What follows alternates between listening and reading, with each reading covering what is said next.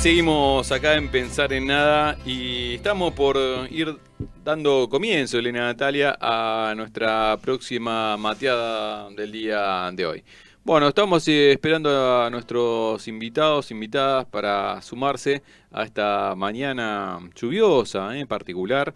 Ya tenemos una temperatura de No 13. trajimos tortas fritas porque no, yo tengo un tema con las harinas, pero bueno, vos podrías Podría haber, haber ¿no? sido, ¿no? Podrías Podría haber haber sido. sido, ¿no? Pero bueno, 13 grados, 6 décimas, 87 la humedad. Aumentó, ¿eh? Aumentó, te la tiro, aumentó.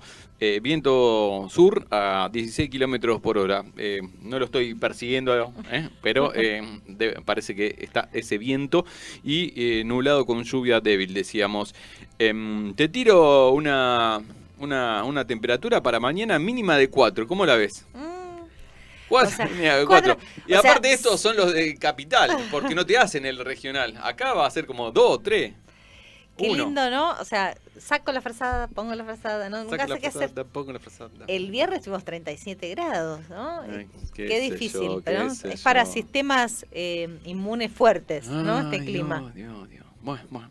Bueno, decíamos, estamos por comenzar una nueva mateada y, y ¿Quiénes nos estamos vienen a visitar esperando hoy? nuestros invitados, invitadas del día de hoy. Vamos a estar hablando, en principio se irán sumando Hernán Randi, Paula Klachko, y, y estaremos hablando, la idea es justamente de plantear algo que está relacionado con estas dos caras que se juega hoy en Brasil, ¿no? También algo tiene que ver.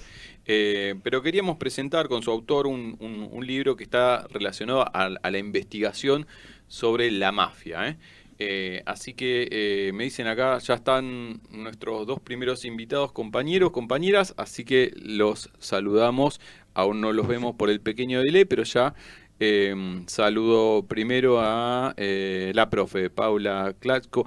Buenos días, profe, ¿cómo estás? Te saludamos desde el estudio Elena y Diego. ¿Nos escuchás bien? ¿Qué tal? Buen día, ¿cómo están? Sí, bien, con muchas expectativas hoy domingo en nuestra América, en Brasil. Hola Paula, sí, estamos acá también pendientes, ¿no? De qué será del resultado de las elecciones, así que ansiando el triunfo de Lula. Con lo complejo que seguramente va a hacer, sea un resultado o el otro también. Y saludamos también, que ya lo tenemos también en contacto, a Hernán Randi, director del SESMA. Buenos días, Hernán, ¿cómo estás? Te saludamos Elena, Diego del estudio y la profe Paula también desde el enlace Meet. ¿Nos escuchás bien? Muy bien, muy buenos días, Diego, Elena, Paula, un gustazo como siempre compartir con ustedes. Bueno, y mientras nos vamos acomodando, y esperamos que llegue también a esta mateada del día de hoy, Rocco Carbone, él me pedía que lo presente como trabajador, pero además de trabajador es filósofo, investigador, autor de Mafia Argentina y Mafia Capital, y nos parecía interesante, ¿no? Plantear por qué Mafia Argentina, Mafia Capital puede estar relacionado con esto que está pasando y la mirada del resurgimiento de cierto fascismo, ¿no? Como la mafia y el fascismo como dos caras de un mismo sistema. No sé si Hernán tenés alguna ojeada pegada al libro de Rocco. A ver, sí, estoy en el aire. Sí, por supuesto. Hay que seguirlo, hay que leerlo, Rocco, en todo lo que produce, todo lo que produce. Es interesantísimo la reflexión. Si uno se queda solamente con los materiales antiguos, muy valiosos, ¿no? De Ujú. todas maneras, cuando uno leía, creo que la otra vez comentamos acá, a Jorge Dimitrov, que decía en la época de los frentes populares que el fascismo era el ala terrorista del capitalismo, digamos. no puede dejar de leer y ver la continuidad histórica en los análisis de Rocco, que demuestra con un montón de datos, cifras, y investigaciones muy, muy, muy interesantes, cuáles son las relaciones de la 'Ndrangheta, de la mafia italiana, con todo el componente del capitalismo financiero, de las cuentas, de las relaciones, y cómo ese pulpo enorme y terrible llega hasta la Argentina, ¿no? Ujú. Tal cual, tal cual. Y te pregunto ahora a la profe, si tuviste oportunidad de acercarte a estas publicaciones de Rocco en algún punto.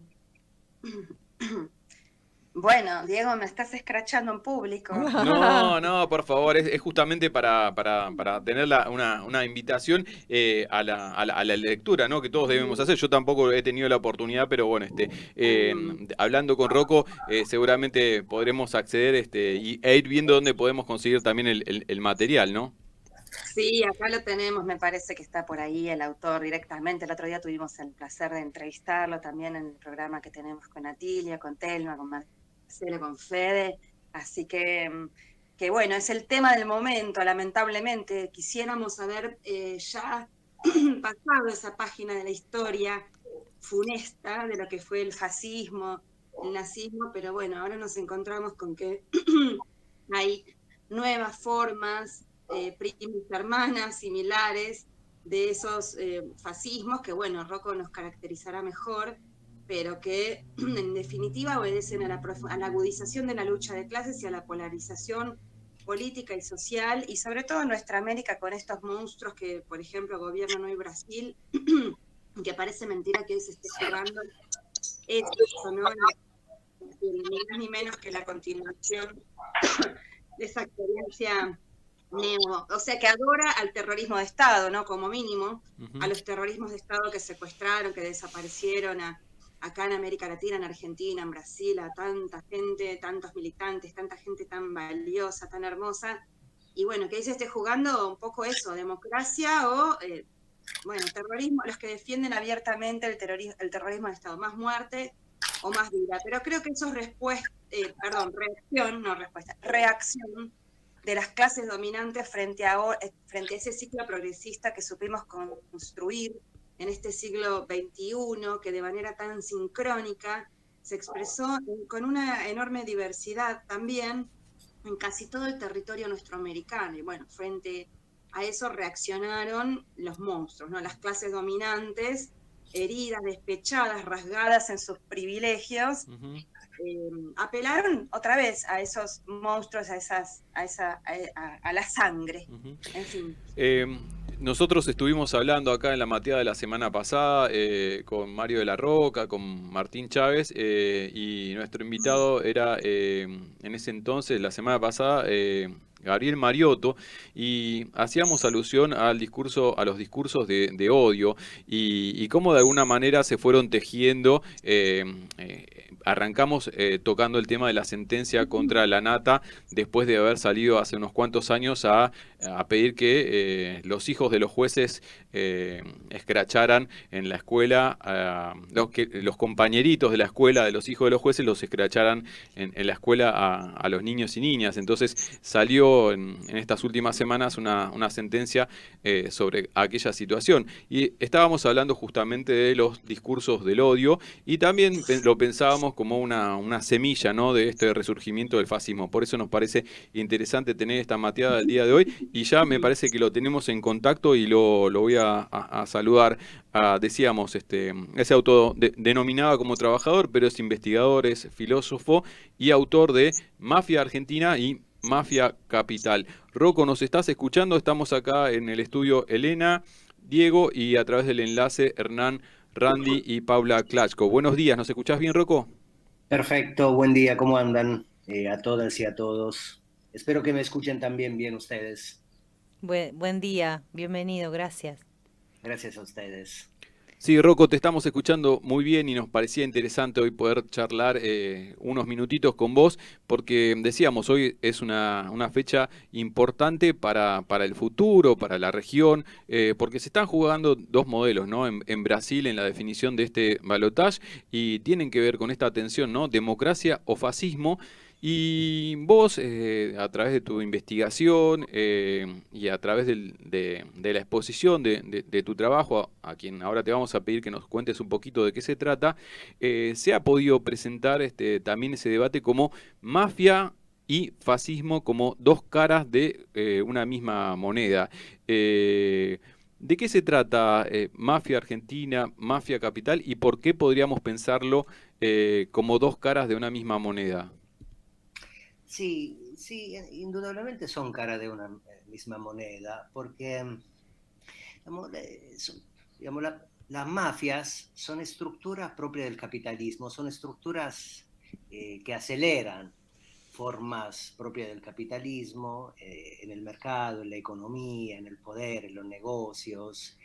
Y, y el fascismo también es una palabra que ha vuelto, digamos, nunca se ha ido de la lengua política popular o de las lenguas políticas populares, pero ha vuelto porque a 100 años de la emergencia clásica del fascismo en Italia, hoy es 30, antes de ayer, el 28, se cumplieron 100 años de la marcha sobre Roma de Mussolini, que fue la emergencia clásica del fascismo, y ahora volvió, mismo en Italia, con el gobierno de Giorgia Meloni, pero digamos sin hacer referencia necesariamente a Italia, porque no es modelo de nada. Digamos, mejor pensar un poco sobre la Argentina. También en la Argentina hay un neofascismo, un fascismo neotecno, en fin, ¿no? Las formas fascistas. Y se puede decir que efectivamente hay una emergencia del fascismo en la Argentina porque aparecen figuras que merecen esta consideración, merecen que se le aplique esta palabra, que es una palabra terrorífica. Incluso escribirla te hace doler los dedos, te hace doler la cabeza. Escribir nazi, escribir Mussolini, escribir fascismo, escribir Hitler, son palabras dolorosas cuando son enunciadas desde los campos populares. Me parece que es pertinente hablar de esta palabra porque efectivamente, digamos, ¿qué es el fascismo? ¿Cómo lo podemos definir? Se pueden dar cursos largos sobre el fascismo, pero yo creo que para entendernos rápidamente, cuando hablamos de fascismo, hablamos básicamente de una reacción integral, o sea, de un sistema reaccionario integral. Y ese sistema reaccionario integral tiende a suprimir de manera sistemática todas las formas de organización, todas las formas organizativas del campo popular. Y luego yo diría que es tres cosas, tiene tres dimensiones el fascismo. Lo podemos entender como una interpelación en sentido reaccionario de multitudes. Es un sistema contradictorio de afirmación y negación. Miren, para que esto se entienda claramente, un puntero de Milei, o ex puntero de Milei, es Maslatón, Carlos Maslatón. Un tipo interesante políticamente, con una cabeza interesante y problematiquísima. Hace un tiempo es un tuitero enfático, sobre todo de noche, y hace un tiempo, acerca de la figura de Burrich, en el arco de unos pocos minutos, poquísimos minutos, dijo que Patricia Burrich era una nazi suelta, y luego a continuación publicó otro tuit que decía comunista confesa. Bueno, ahí hay una evidente contradicción, ¿no? Claro. Hay una afirmación sobre un mismo sujeto histórico, Patricia Burrich, que según Maslatón sería comunista y nazi. Claro, bueno, claro. Eso, digamos, el movimiento contradictorio propio de la lógica fascista. Y luego cuando hablamos de fascismo hablamos de terror, de violencia, y eso es el punto de contacto que tiene con la mafia. Digamos, la mafia son organizaciones propias del capitalismo que aceleran las formas capitalistas y que son organizaciones de tipo violento. Pero miren, sobre esa palabra también hay que reflexionar, porque el campo popular también sabe de violencia. Los campos populares elaboraron a lo largo de su historia una teoría de la violencia. ¿Cuál es la diferencia entre la violencia fascista, la violencia mafiosa o la violencia popular? Que la violencia popular está constituida por actos. En cambio, la violencia fascista, la violencia mafiosa son la forma de la violencia bajo el sistema institucional.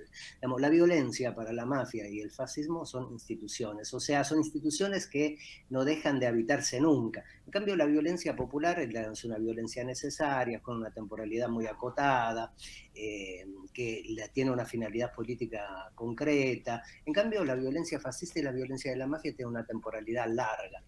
Y me parece que en la Argentina hay una expectativa de violencia desenrajada por muchos sectores políticos, Bullrich, Milei, Espert, el propio Macri, lo hemos escuchado en La Nación, más hablar efectivamente de que si el año que viene iban a ganar las elecciones y había que tirar algún muerto y bueno, había que bancársela. Bueno, esa es una expectativa de violencia. Y miren, en el siglo XX europeo, el fascismo, por lo menos en Italia, ¿qué significó? Yo diría que significó una promesa, era la promesa de la proscripción del comunismo, y además constituyeron un gran símbolo alrededor de la figura de Gramsci.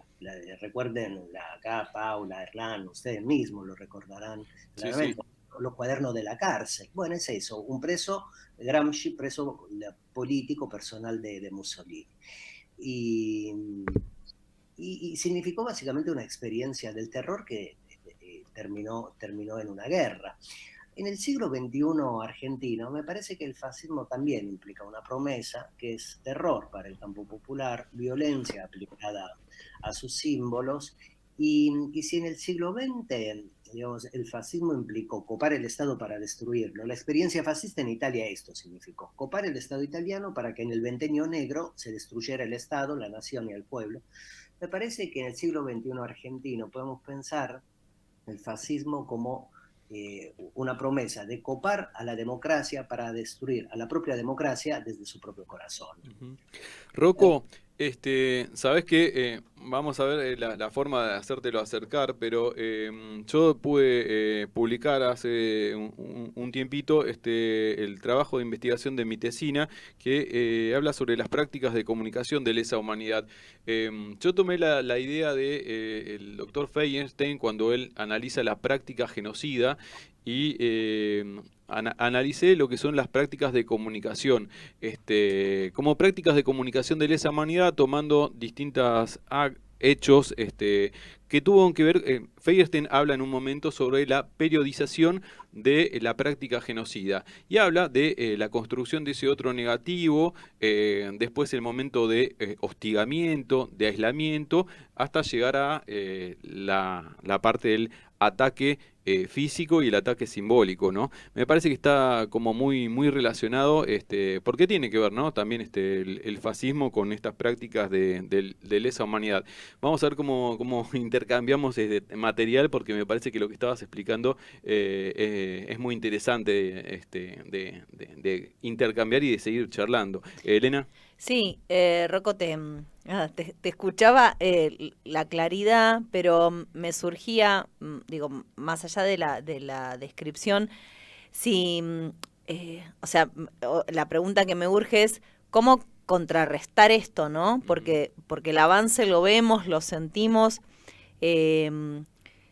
también, obviamente, a través de, yo tengo todos estos discursos y estas expresiones, y decís, bueno, ¿cómo? Porque uno siente que hay una fascinación para los sectores más jóvenes, ¿no? O sea, como si la transgresión hoy estuviera de ese lado, ¿no? No está, la disrupción está en estas nuevas derechas, ¿no? Y en estos discursos fascistas. Bueno, ¿cómo contrarrestar o cómo... O sea, suena combatir, pero digo, ¿cómo generar otro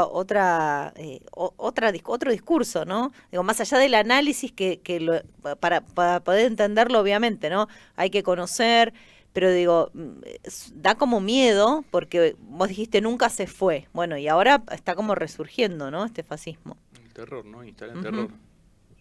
Sí, a ver...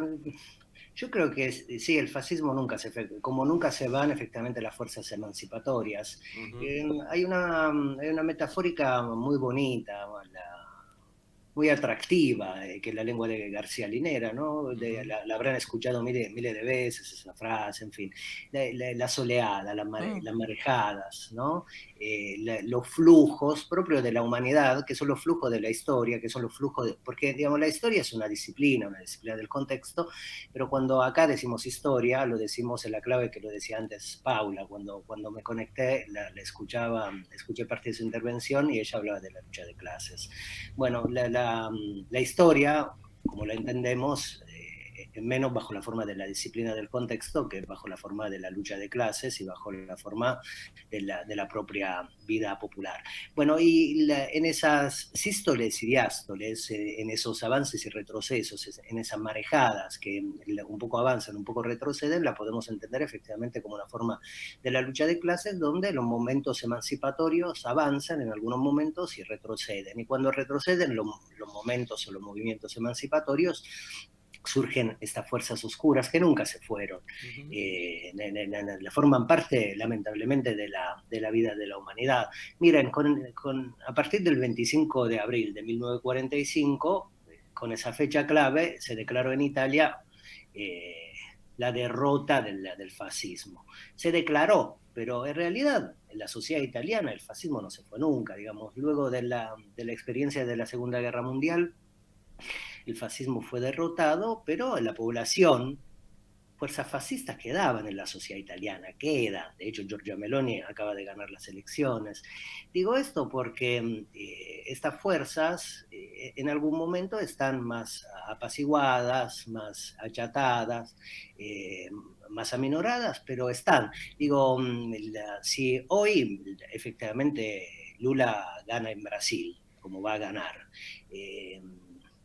no, eso no va a querer decir que efectivamente Bolsonaro claro, ni el bolsonarismo van a declinar en sus formas cognitivas y en su presencia vital en la sociedad brasileña, porque efectivamente hay una cantidad de ciudadanos y ciudadanas que lo votaron a Bolsonaro. Entonces Lula y su gobierno deberán pensar qué hacer con esos sectores de la ciudadanía que piensan con la cabeza de Bolsonaro, que piensan que, por ejemplo, que está bien hacer justicia por mano propia. Todo esto que nos conduce, que efectivamente cómo luchar en contra del fascismo no es una pregunta sencilla.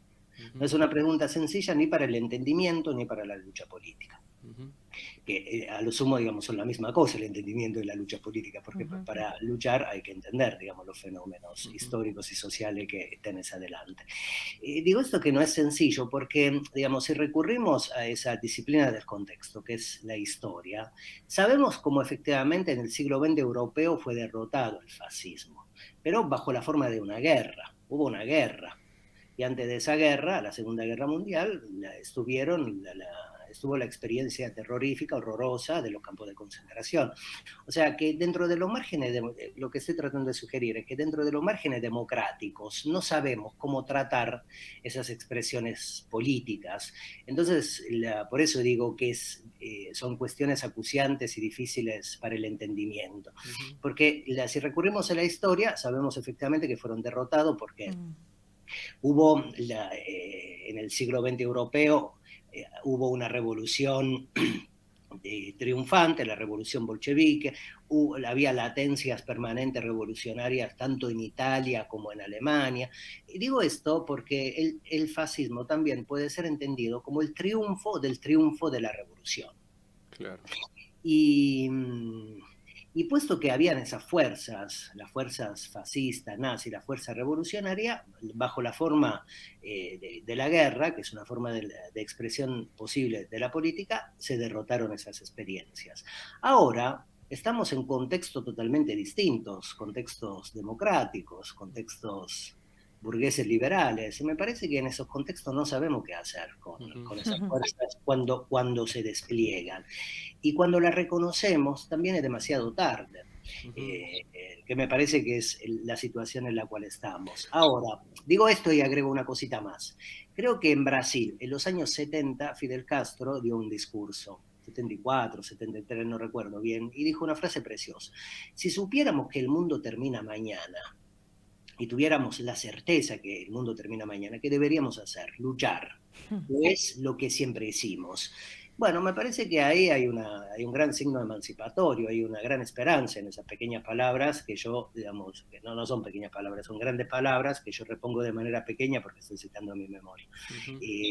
Me parece que está una clave emancipadora, una clave poderosa de la humanidad popular. Luchar, efectivamente, luchar frente a estas fuerzas que ya conviven entre nosotros y en las instituciones que pueden poblar, las instituciones que constituyen un pueblo y un país, que es la Argentina. Tal cual, tal cual, tal cual, tal cual. Hernán, no sé si querés hacerle una consulta o algún comentario a Rocco, te escucha. ¿Sabes que no? Porque me parece muy claro escucharlo.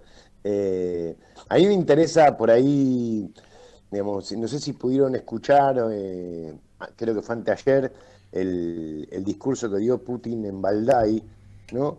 Y me parece digo, más allá de las diferencias que podamos tener con Putin, digamos, la inteligencia de plantear esta transformación, inclusive del liberalismo clásico a nivel internacional, el abandono absolutamente de las defensas de supuestas libertades individuales y de determinadas lógicas del liberalismo histórico en pos de una genuflexión y aceptación absoluta por parte sobre todo del liberalismo europeo de los mandatos fascistas del imperialismo norteamericano y fundamentalmente de las acciones en Ucrania. O sea, es una barbaridad histórica lo que se ha permitido, lo que se ha desarrollado, lo que se ha amparado por parte de las potencias europeas en Ucrania, porque es el regreso de las formas fascistas que Rocco enuncia muy bien, inclusive con su vuelta filosófica, pero digamos, ahí cruda y directamente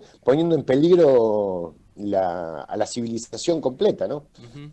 Tal cual, tal cual, tal cual.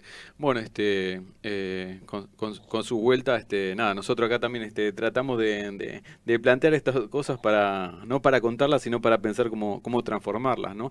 Y digo, Rocco también parece, ¿no? Plantear esto, ¿no? De la filosofía, no para contarla como una fotografía, sino para pensar cómo lo vamos transformando esto. No, lo importante de lo que plantea Rocco es que, como Paula también lo citaba antes, es la lucha. Sí, Es sí, la sí, sí. lucha, la resistencia y las formas, buscar inclusive todas las formas de nuevo tipo de lucha y resistencia contra estas formas porque para derrotar aquella escalada enorme del nazifascismo tuvimos, entre otras cosas, también los pueblos un heroico ejército rojo. Ujú, Y hoy en día no vemos con tanta claridad que tengamos algo como ujú, para contrarrestar el militarismo y el genocidio que plantea el neofascismo a nivel mundial. ujú. Bueno, tal cual, pero digo, y ahora le damos la palabra a Paula. Digo, nosotros también mencionábamos minutos atrás que tuvimos la oportunidad de ver 1985 con todo lo que uno pueda llegar a opinar por un lado o el otro, pero yendo a la historia, nosotros de nuestro país tenemos la oportunidad de ser uno de los pocos países que sumada a la democracia, también a partir de la lucha de los organismos de derechos humanos, madres, abuelas, ha podido juzgar a genocidas y seguir dando la batalla, la lucha también en democracia y aún así continuar en democracia, ¿no? Con este resurgimiento. Paula, no sé si tenés algún comentario o alguna consulta, pregunta para Rocco. Bueno, me parece súper interesante, da para discutir y pensar mucho más. Y es un tema que hay que, como decía antes, ojalá hubiera quedado atrás, pero no quedó atrás de ninguna manera. Está presente en las clases dominantes como instrumento para apelar al terror sistemático, pero también han logrado calar en una parte de la sociedad, también, ¿no? Esto que llamamos el bolsonarismo social, o bueno, el fascismo también como fenómeno social, anclado en una parte de las capas medias, de una parte también incluso de los trabajadores. Pero por ahí, pensando en lo que decía Rocco, que insisto, es para pensar, él lo ha estudiado de manera mucho más sistemática, pero por ahí un matiz, él decía que surgen cuando avanzan, perdón, al revés, él decía que los fascismos o neofascismos o estas surgen cuando los pueblos retroceden, algo así dijiste, ¿no? En la lucha. Yo tendería a pensar que es al revés, que surgen cuando los pueblos avanzan frente a la respuesta organizada, frente incluso cuando los pueblos se organizan y forman alianzas amplias para poder de manera más o menos protagónica disputar una parte del poder, que son los gobiernos, ¿no? No olvidemos que son una parte del poder. Me parece que es ahí cuando las clases dominantes apelan a la violencia organizada desde arriba, desde los propios instrumentos políticos y desde la ilegalidad, desde las mafias, que como muy bien decía Rocco, realmente son ese acelerador, ese lubricante del capitalismo. Pero digo, porque también allá en Europa, con el surgimiento de los fascismos, también fue primero como reacción, la respuesta se la dejamos a los pueblos, como reacción a las propias disputas interimperialistas, las heridas de las propias burguesías alemana, italiana, pero también como reacción al pueblo organizado, que venía también en ascenso después de la Revolución Rusa, del triunfo y del gran ejemplo que fue para el mundo entero esa revolución proletaria triunfante. Entonces, y acá, como un poco decía antes, creo que en América Latina, si bien el fenómeno del fascismo es, tal vez está un poco más acotado, tal vez porque realmente con Brasil, con lo que pasa en Brasil, donde viven tantos millones de personas, es difícil seguir afirmando esto que acabo de decir. Pero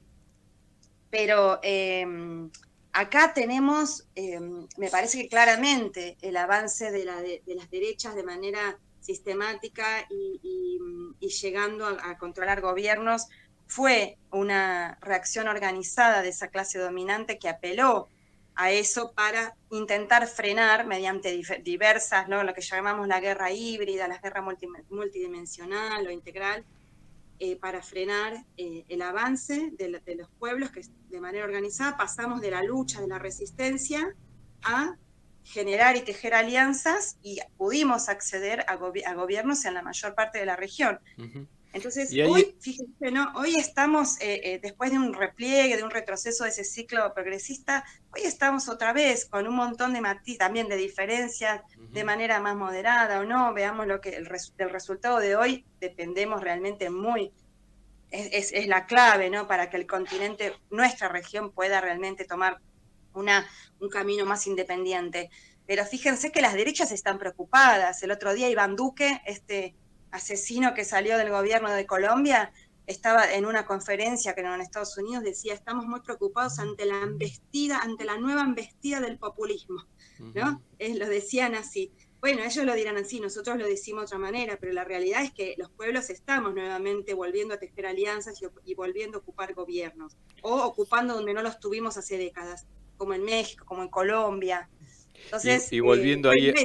Solamente con esto cierro, Diego, sí. Porque de lo que dijo Rocco, que me parece muy, muy, muy interesante, que justamente de la propia democracia, incluso liberal, que se abrió y permitió por su propia crisis emerger a estos procesos que ocuparon gobiernos, es ahora a la clase dominante que le preocupa que del corazón de su propia democracia liberal se lo carcoma la organización popular, como decía Rocco. Por eso ahora necesitan censurar la democracia, pero qué más efectivo que censurarla desde adentro. Me gustó mucho esa idea que decía Rocco, porque si lo hacen desde afuera, la democracia tiene un consenso muy grande en nuestra América. Entonces lo tienen que cercenar desde adentro, y eso está mostrando una eficacia. Por eso el Bolsonaro, que gana con los votos y demás. Y después me quedo con el Paulo Freire, la educación popular, para contestarle a Elena de cómo salir, cómo responder desde los pueblos a estos fenómenos. Perdón.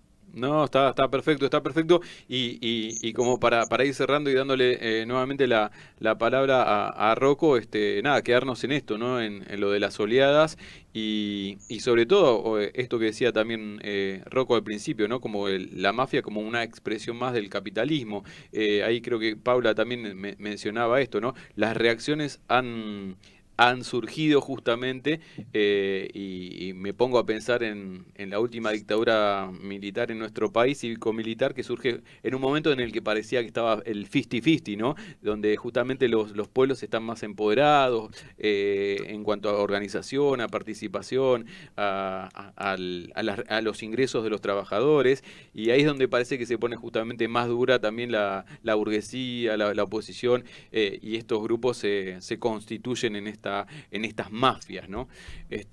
Rocco, te invitamos a una reflexión de cierre final y decirnos dónde podemos adquirir Mafia Argentina y Mafia Capital. Lo pueden adquirir en la librería Badaraco de la editorial Luxemburg. Pero más allá de esta cuestión, que me da un poco de pudor decirlo, pero a ver, digamos, las mafias y el fascismo son herramientas de defensa del capitalismo. Me parece que hay que entenderlos así, o sea, como herramientas, instrumentos que salen a cuidar las formas del capitalismo y al propio capitalismo, en un momento en el cual el capitalismo está puesto en crisis, por lo menos el capitalismo y la hegemonía del capital concentrada en el corazón de Estados Unidos. Esa hegemonía que empezó con la caída del muro de Berlín y que a falta de palabra mejor llamamos globalización, está siendo puesta en crisis por dos distintos tipos de imaginación. La imaginación de la Federación Rusa y la imaginación de China, que están disputando la hegemonía de Estados Unidos. Y puesto que estamos transitando, como dice Atilio Borón, a una escena post-hegemónica, efectivamente Estados Unidos, en su mal llamado patrio trasero, trata de estimular y de organizar estas fuerzas oscuras, que podemos llamar mafiosas o fascistas. Y efectivamente, como dice Paula, si bien la democracia es un orden que no convence del todo, no es satisfactorio del todo, y sabemos por qué, por miles de razones, esa palabrita, democracia, es una palabra de lo más precioso, porque la palabra democracia laten dos significaciones: demos, pueblo, y cratía, kratos, que es poder. O sea, la democracia es el poder del pueblo. Ahora, en su institucionalismo liberal burgués no convence demasiado, pero al mismo tiempo, digamos, la democracia goza de un amplio prestigio en nuestra América, en América Latina, y particularmente en la Argentina. El año que viene se cumplen 40 años de la transición a la institucionalidad democrática. Y efectivamente esa democracia está puesta en crisis desde su interioridad por fuerzas como Cambiemos, el PRO, Avanza Libertad, La Libertad Avanza, en fin, y todos los grupetes de derecha que hay. Y acá una pequeña reflexión sobre la película 1985. No quiero contar la película, pero digamos, el significado de esa película. Una película es una expresión artística, es una expresión social y también es una expresión política en última instancia. Y el gran arte, o el arte en todo caso, tiene la capacidad en ciertos momentos de la historia de la humanidad de captar, a ver si logro decirlo bien, de captar unos elementos que están suspendidos en el aire y que todavía, digamos, no se transformaron ni en acción ni en discurso. Y la película 1985, que cuenta el juicio a los jerarcas de la dictadura genocida del 76-83, de Videla, pasando por Macera, Viola, hacia adelante. Y efectivamente esos juicios que implicaban la salida de la experiencia genocida. Bueno, me parece que esa película es interesante porque la subraya enfáticamente, o digamos nos advierte de que efectivamente las fuerzas antipopulares pueden volver y que si vuelven ocupando, como están haciendo, las instituciones, pueden desplegar efectivamente formas nuevamente terroríficas para la historia de los pueblos. Rocco, y me parece que como mensaje también en positivo, sin hacer tampoco ningún tipo de spoiler, queda esto, ¿no? La voluntad política y la lucha a pesar del miedo y del terror, ¿no? Exactamente, a eso iba. Digo, el signo que está en 1985 uno lo puede encontrar en otra canción de la Versuit, Por ejemplo, antes de la implosión del orden neoliberal menemista, esos buenos muchachos hicieron una canción que decía, se viene el estallido de mi guitarra, de tu gobierno también, ese estallido que vimos en el 2001. Sí. O por ejemplo, qué sé yo, Arlt en el 29 con los 7 locos, escenificando a unos cuantos locos que hablaban de un golpe de Estado, bajo el ropaje de la revolución. De alguna manera prefiguraron el primer golpe de la historia política argentina, el golpe del 6 de septiembre de 1930. Me parece que la película 1985 nos indica o nos subraya que estamos en un momento muy problemático y que efectivamente etapas de la historia política que pensábamos superadas pueden volver. Y es de responsabilidad de los pueblos, bajo sus formas de lucha unitaria, defender la existencia popular. Tal cual. La ultimísima cosa, en cuanto al populismo, en cuanto al peronismo, en cuanto al kirchnerismo. Durante sus 12 años de existencia, el populismo argentino funcionó en un tejido mayor, que es el tejido de la patria grande, un tejido latinoamericano que fue el tejido de la revolución. O sea, el kirchnerismo funcionó en el tejido del chavismo, en el tejido de la revolución cubana. No fue una revolución, pero, digamos, estuvo empalmado con experiencias revolucionarias. Y de cara al 23, me parece a mí, que a los sujetos políticos emancipatorios presentes en la vida política nacional, popularmente, militantemente, hay que adosarle predicados populares. Lo digo a propósito así, bajo la forma de la gramática o bajo la forma de la lingüística, donde a los sujetos políticos, militantemente, nosotros, de forma organizada y unitaria, hay que adosarle significados emancipatorios y que puedan efectivamente, y que podamos ser capaces de defender la experiencia popular frente a fuerzas que, si saben de algo, es de explotación y de terror, de violencia sistemática y permanente sobre la existencia de la vida popular. Tal cual. No, nos vamos con ese mensaje, Rocco, si te parece. Muchas gracias. Muy bien. Muchísimas gracias, Rocco, por participar de este Pensar en Nada, de esta mateada, y si te parece será hasta la próxima. No, sí, sin duda, muchas gracias, un gusto haber hablado con ustedes, con Paula, con Hernán, y les mando un abrazo grande. Abrazo gigante. Rocco Carbone, filósofo, trabajador, como se autodefinió también para esta presentación, e investigador, ¿no? Autor de Mafia Argentina y Mafia Capital. Y también los tenemos que ir despidiendo, lo hacemos de a uno, así lo hacemos ordenado, a la profe Paula. Muchas gracias por sumarte a esta mateada, Paula. Bueno, muy interesante el debate para este domingo tan caliente en América Latina y bueno, para seguir reflexionando sobre tantos desafíos que tenemos acá. Gracias por la invitación, un beso Hernán, un beso Elena, Diego, y hasta la próxima. Hasta la próxima. Y te despedimos también, Hernán, abrazo gigante y gracias por sumarte también a esta mateada. No, un gusto como siempre. Muchas gracias a ustedes y la verdad que fue una clase magistral. Que ojalá la convirtamos en mucha práctica antifascista en los próximos tiempos y que hoy pueda encenderse la llamita de un cambio, de un giro más en favor de los pueblos en América Latina. Ojalá. Un abrazo, hacia Hernán. eso vamos. Abrazo gigante y hasta la próxima. Cerramos, Elena, Natalia, entonces nuestra mateada del día de hoy. Nos vamos a la tanda y ya se viene el acústico, Elena. Se viene.